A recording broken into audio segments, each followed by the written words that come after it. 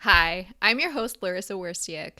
Through this podcast, I aim to empower and inspire jewelry entrepreneurs and innovators so they can thrive by doing what they love. I'm passionate about digital marketing for jewelry brands, and I'm excited to share my passion with you.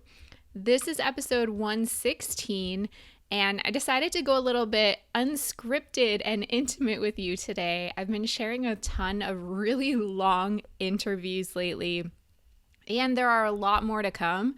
So I wanted to take a little breather and just talk casually to you today about the most common mistakes that I see jewelry entrepreneurs making when it comes to marketing mindset. So I actually have done an episode before about mindset. If you want to go back to episode 33, it's called Understanding the Role of Mindset in Jewelry Marketing. Today, I just want to share 5 mistakes that I see. I talk to jewelry entrepreneurs and leaders day in and day out. So I know firsthand and I hear it, a lot of the things that are getting in the way of them achieving their success. Oftentimes, it's just a mindset issue. So marketing is just as much about getting in the right frame of mind as it is about executing the right things and being consistent over time. But before we get to the episode, I want to share some marketing related news and insights from the past week that caught my attention. So I saw this really interesting article in Forbes about boosting customer retention and improving the customer experience by doing e-commerce order tracking. So in e-commerce, the post-purchase experience, so after someone buys, is really just as important, if not more important, than all the experiences leading up to the purchase, because that's the moment where you can really make a positive impression on a customer and potentially win that customer for life.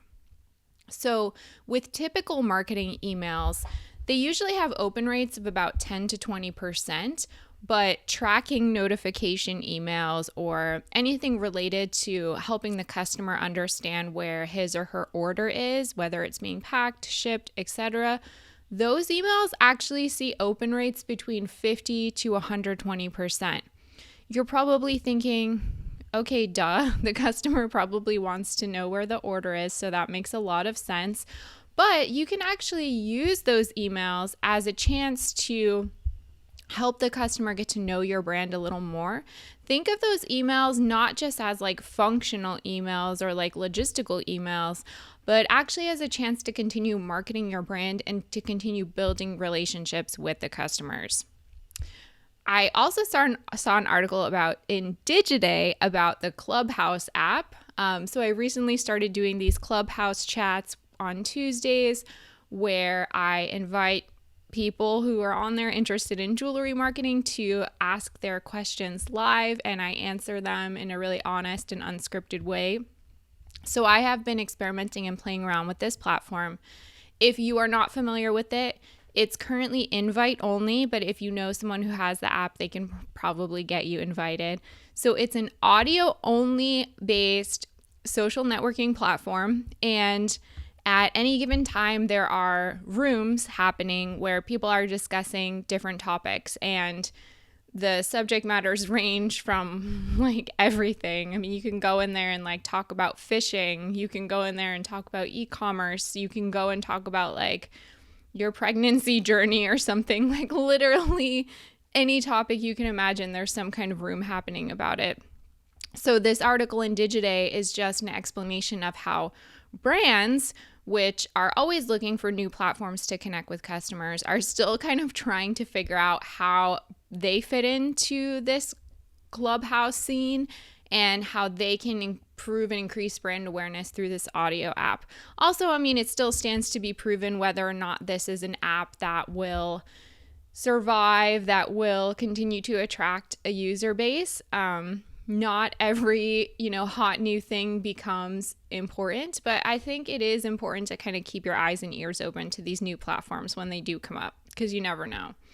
And then finally, PR Daily had a really interesting article about what they are calling grandfluencers. So these are baby boomer and plus. It's kind of a terrible word, grandfluencer. Baby boomer plus influencers who are bringing more diversity and representation to social media. What they're saying is that they're kind of shaking up social media representation. They are typically more authentic and more relatable, especially for the boomers and above. If you didn't know, baby boomers actually spend more money online than younger generations. So to think that there are influencers who can relate to those people and cater to them is kind of an interesting subject.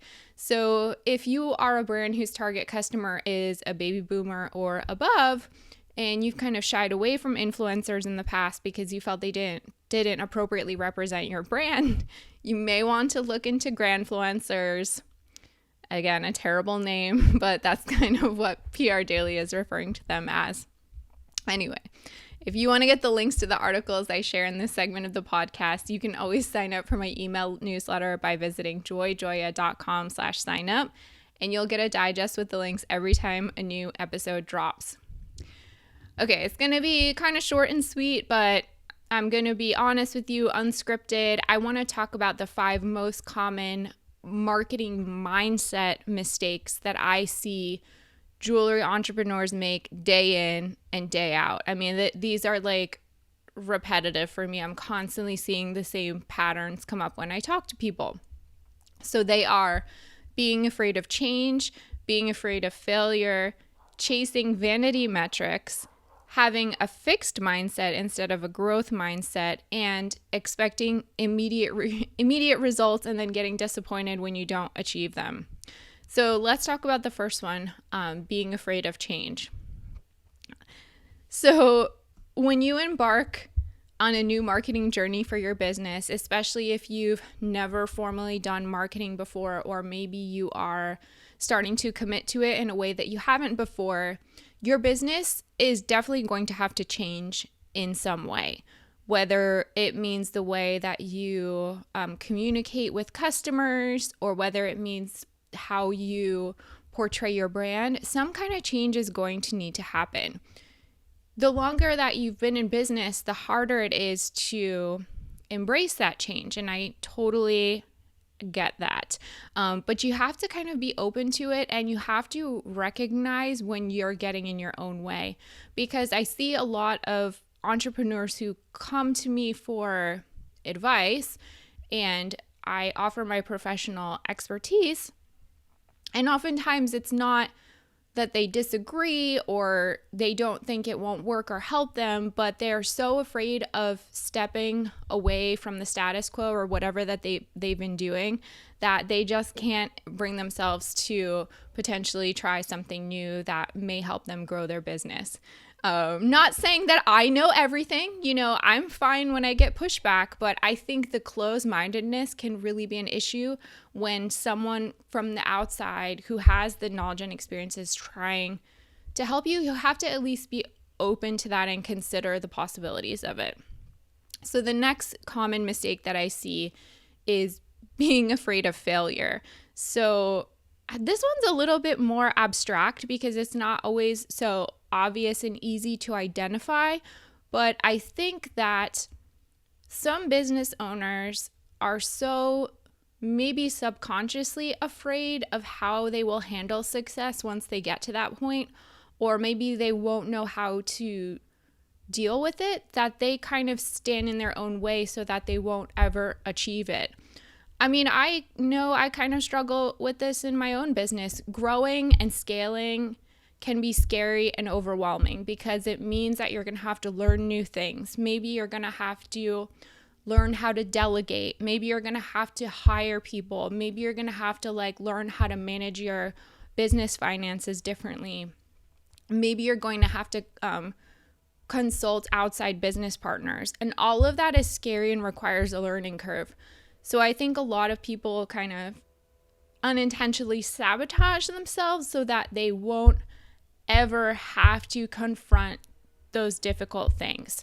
If you're able to recognize that in yourself, then you'll definitely be one step ahead of a lot of people that I encounter in my conversations on a daily basis. So number 3 is chasing vanity metrics. What does that mean? So vanity metrics are like things that you measure in marketing that don't actually have a real impact on your business, but they kind of look good and make you feel good, like you're actually making progress. So, for example, a Vanity Metrics on Instagram might be a post that got a lot of likes or comments or shares. And you see that and you're like, oh, finally, this is like all I've ever wanted. I just want better Instagram engagement. I want people to like my post. Well, of course, having that kind of outcome is a step in the right direction. But if those likes, those comments, those shares aren't actually by your target customers and they're not driving traffic to your site and or getting people legitimately interested in your jewelry, then all that is a vanity metric. It's just making you feel good about yourself and your brand, but not having a true impact. So a mistake that I see is jewelry entrepreneurs kind of getting distracted by opportunities to have vanity metrics for like a quick dopamine hit that they feel like they're doing something good for their business, but actually for the long term, for the long game, those vanity metrics aren't going to have any sort of impact. So I'm trying to think of another example off the top of your head. I would say like boosted posts or promoted posts on Instagram and Facebook are kind of an example of that, because for a really quick hit, for a pretty low amount of money, you can promote an Instagram post or boost a post and get a lot of likes and make yourself feel like you're actually getting somewhere by reaching a bigger audience. But the reality is, in that setting, you have very little control over who's actually seeing those posts, who's actually liking them. Instagram is delivering on its promise by helping you get more likes. So they're kind of like feeding your need to feel like you're doing something positive for your brand. But as a long game strategy, that's not going to help you get more customers. So that's kind of an example of vanity metrics and why you should not chase them. Always ask yourself, are the things I'm measuring actually having a true impact on my business and the bottom line, or are they just making me feel good about myself and what I'm doing in the short term? Write that on a piece of paper and like put it above your desk or workspace and ask yourself that question. So the fourth common marketing mindset mistake that I see is having a fixed mindset as opposed to a growth mindset. So I wrote down the definition. This is the only part of this podcast that is scripted because I wanted to make sure I explained it correctly. So in a fixed mindset, people believe that their qualities are fixed traits and therefore they can't be changed. These people document their intelligence and talents rather than working to develop and improve them. So they kind of get in this stuck mentality and they say things like, I've never understood marketing. Marketing is hard. I'm never going to understand marketing. I agree that marketing can be challenging. I agree that not everyone has like the right disposition to like naturally understand it. Maybe, that right brain, left brain thing. Some people just naturally get certain topics better than others.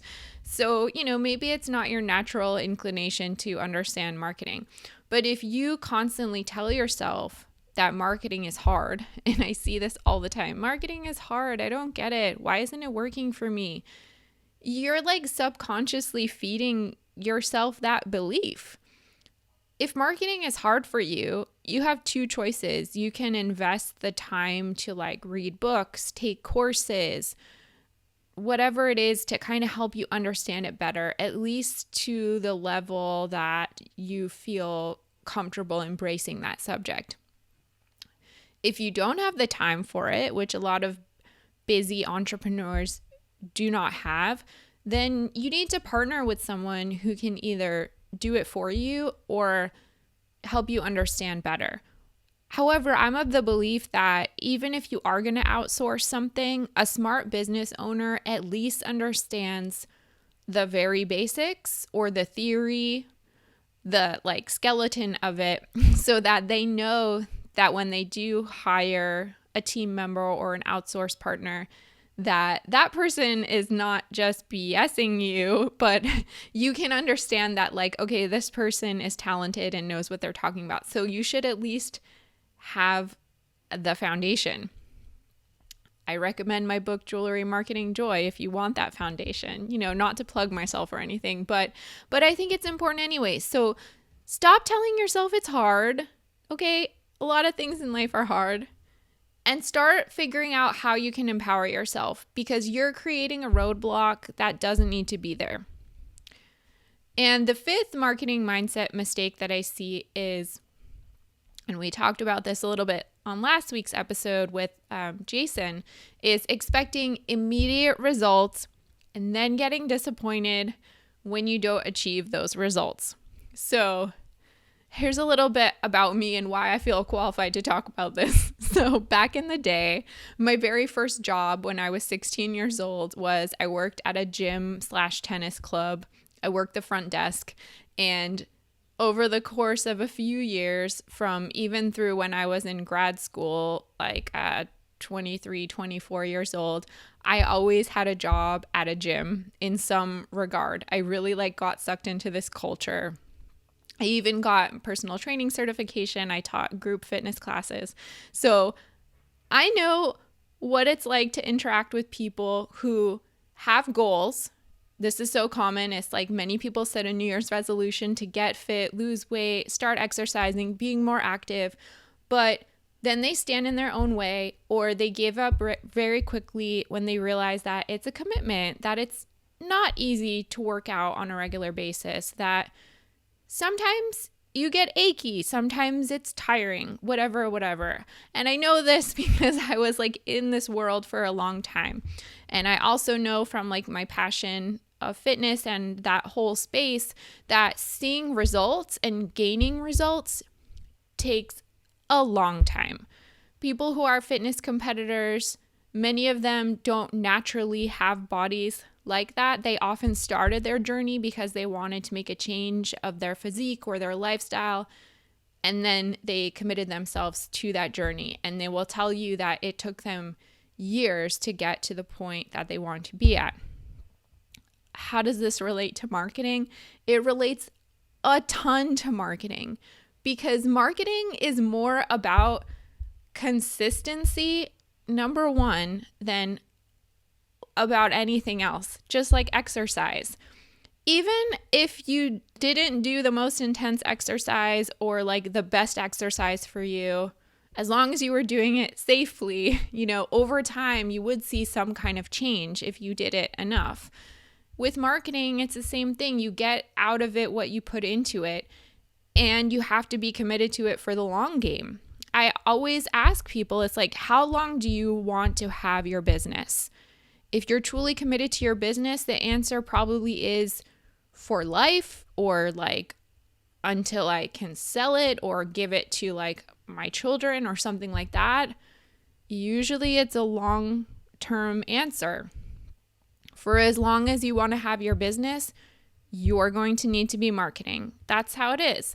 And you're not going to see results in the first few weeks or even the first few months. Just like with exercise, you can't expect to go from a couch potato to a marathon runner in just a few months. Same thing with marketing.